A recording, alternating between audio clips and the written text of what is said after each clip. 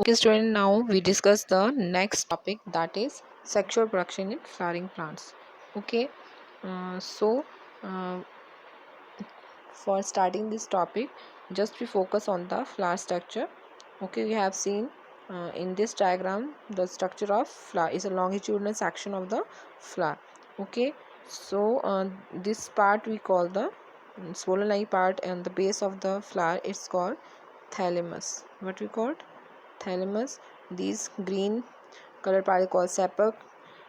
Collectively we call the calyx. What we call calyx. Colored part we call the petals, and the term the collective collection of the petals we call the corolla. ठीक है. Thirdly जो है, these are the accessory parts of the flower. Okay, now the reproductive part, they are anther and filament, collectively called stamen, or another term we also given there androecium. What we call androecium. और जो female part है, it's this part the landing place of the pollen grains is a stigma, then pollen tubule called style, and the base having a swollen part that is having ovule called ovary, collectively called the pistil. Okay, and another term we given, it's a gynoecium. So these reproductive parts involves in the fertilization process. Okay,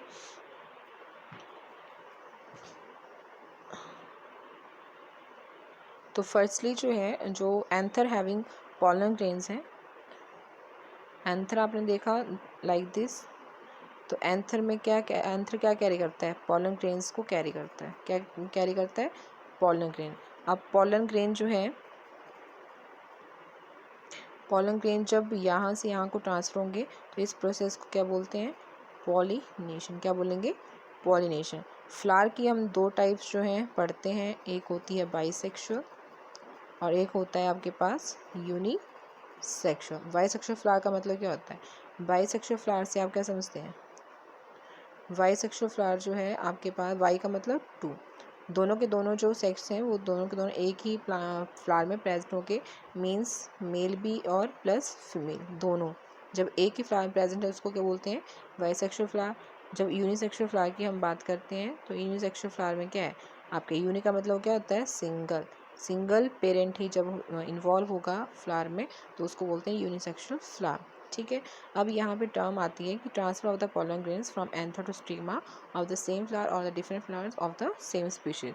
मतलब कि जब भी transfer of pollen grains होगा, वो अगर different flower में हो रहा है तो वो जो प्लांट्स स्पीशीज फॉर्म जो डिफरेंट प्लांट में जा रही है वो कैसे होनी चाहिए? सेम. ऐसा नहीं है कि मैंगो के पॉलन ग्रेन्स जो है मूव करें एप्पल के और वहाँ पे जो है मैंगो जो मैंगो वाले जो फ्रूट फॉर्म वहाँ पे लग जाएगी. ऐसा नहीं होगा. मैंगो के जो पॉलन ग्रेन्स हैं वो मैंगो प्लांट की स्टिग्मा ही क्या करेंगे? उसको एक्सेप्ट करेंगे. अगर मैंगो के पॉलन ग्रेन्स गलती से एप्पल के जो स्टिग्मा में पहुंच जाते हैं तो वो उनको क्या करते हैं? डिस्कार्ड कर देते हैं. क्लियर. नेक्स्ट आपके पास जो है पॉलिनेशन की बात कर रहे थे. पॉलिनेशन हमारे पास कितनी तरह की होती है? दो तरह की होती है. यही डिस्कशन कर रहे थे हम. सेल्फ होती है, दूसरी क्रॉस होती है. सेल्फ पॉलिनेशन जब विद इन सेम फ्लावर में ही, जैसे इस तरह का ये फ्लावर है, विद इन सेम फ्लावर में जब हो रही है तो ये कैसी है? सेल्फ पॉलिनेशन है. ठीक है. जैसे एग्जांपल हम देते हैं पी फ्लावर. आपने देखा है पी प्लांट, जो आप पीस खाते हैं तो उसका जो फ्लावर है वो कैसा होता है? इसका जो फ्लावर होता है वो कैसा होता है? बाइसेक्सुअल होता है. ठीक है. अब आपके जो क्रॉस पॉलिनेशन होती है, क्रॉस पॉलिनेशन में क्या होता है? अब डिफरेंट फ्लावर है. अब डिफरेंट फ्लावर मतलब थोड़ा सा मैं यहाँ पे बताऊँ कि एक फ्लावर है, एक दूसरा फ्लावर है. ठीक है. हैविंग दिस एंथर्स, और यहाँ पे मैं स्टिग्मा फॉर्म करती हूँ. ठीक है. अब यहाँ से ट्रांसफ़र हो रहा है एंथर का स्टिग्मा के ऊपर, तो इसको हम क्या बोलते हैं? The transfer of the pollen grains from anther to stigma of the different flower but having the same species form. ठीक है. That we call the cross pollination. Cross pollination जो है बहुत सारी टाइप्स की हो सकती है. बाय विंड हो सकती है, एनिमोफिलीज को हम बोलते हैं. एग्जाम्पल मेज प्लांट. आजकल आपको पता है जो भी क्रॉप जो है फील्ड एरिया में शो करी हुई है, इनमें इन फ्यूचर जब भी पॉलिनेशन होगी तो वो विंड के थ्रू ही होती है. ठीक है. आप देखते हैं स्टॉक जो है उसका, थोड़ा सा बता देती हूँ ऐसे।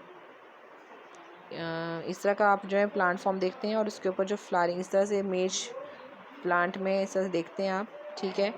और ये कॉब जैसे इस तरह से दिखते हैं। अब इसके जो पॉलन ग्रेन्स होते हैं वो इसके ऊपर गिरते हैं। ये जो आपके यहाँ पे दिखते हैं हेयर लाइक स्ट्रक्चर, इसके ऊपर गिरेंगे और ये एंटर कर जाते हैं इस तरह से। ये पॉलिनेशन अक्कर करती है, लेकिन किससे हो रही है? ये बिन की हेल्प से हो रही है। कुछ आपके पास जो है इंसेक्ट्स की हेल्प से होगी, ठीक है, तो उसको बोलते हैं एंटीमोफिली। कुछ वर्ड्स के थ्रू होगी, ठीक है, तो उनको बोलते हैं ऑर्निथोफिली।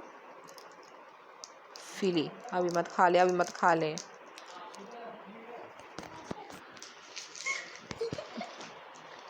ठीक है, सॉरी। नेक्स्ट है आपके पास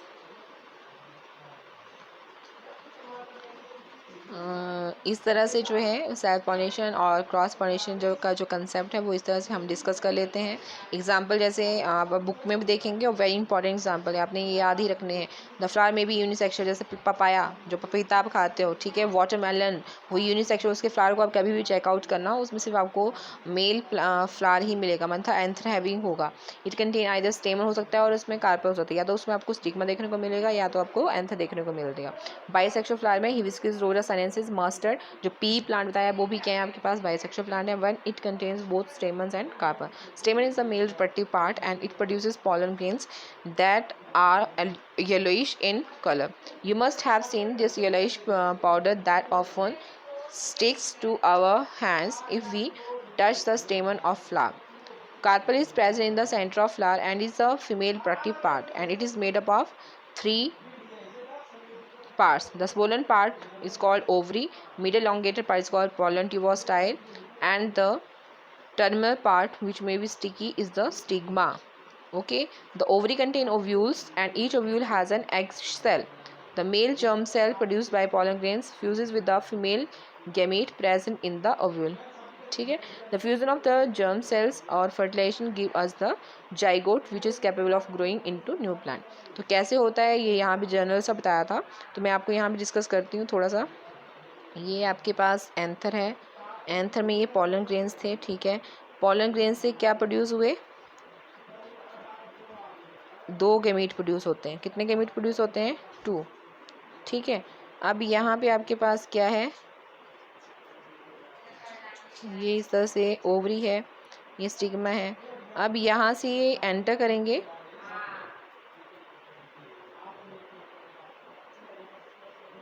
इसके ऊपर गिरेंगे पॉलन ट्यूब से, और एम्ब्रियो सैक। यहाँ पे जो ओवरी का कंसेप्ट है थोड़ा सा मैं बताऊँ किस तरह से होता है। इस तरह से है, ठीक है।